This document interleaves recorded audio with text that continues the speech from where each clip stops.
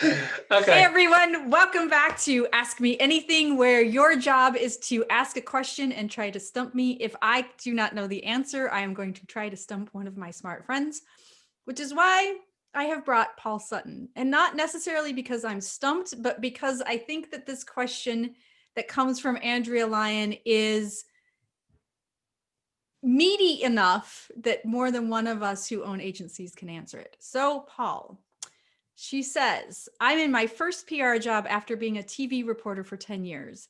They are just building this department, and guess who's in charge? Where the heck do I start? It's such a You're huge welcome. question. It's a horrible question, but okay. So where would I start?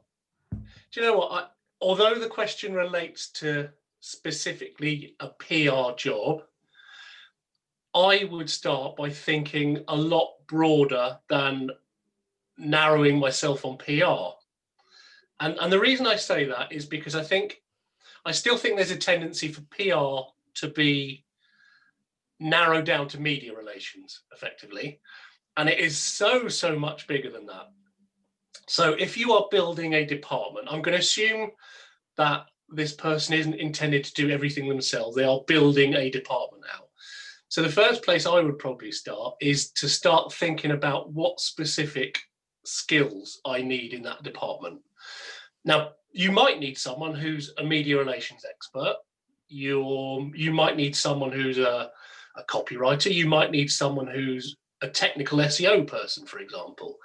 You might need someone who really knows their way around social networks. You might need a digital expert to employ paid campaigns.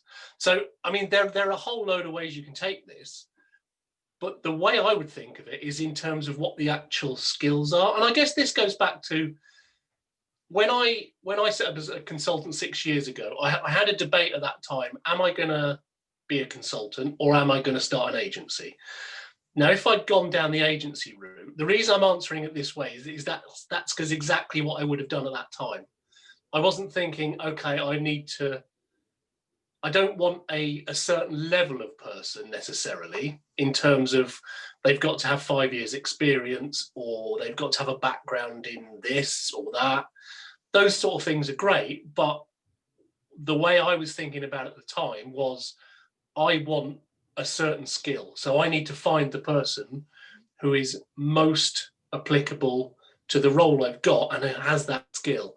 And then your role as the person who runs that department is to kind of blend that all together and put a structure and a process in place that means when you get a brief around something, you can pull on the different skills and the different people to suit the project. That's the way I think of it anyway.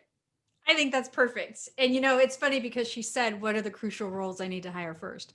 And that totally makes a lot of sense. So, Mr. Sutton, it's always a pleasure. Thank you for joining us.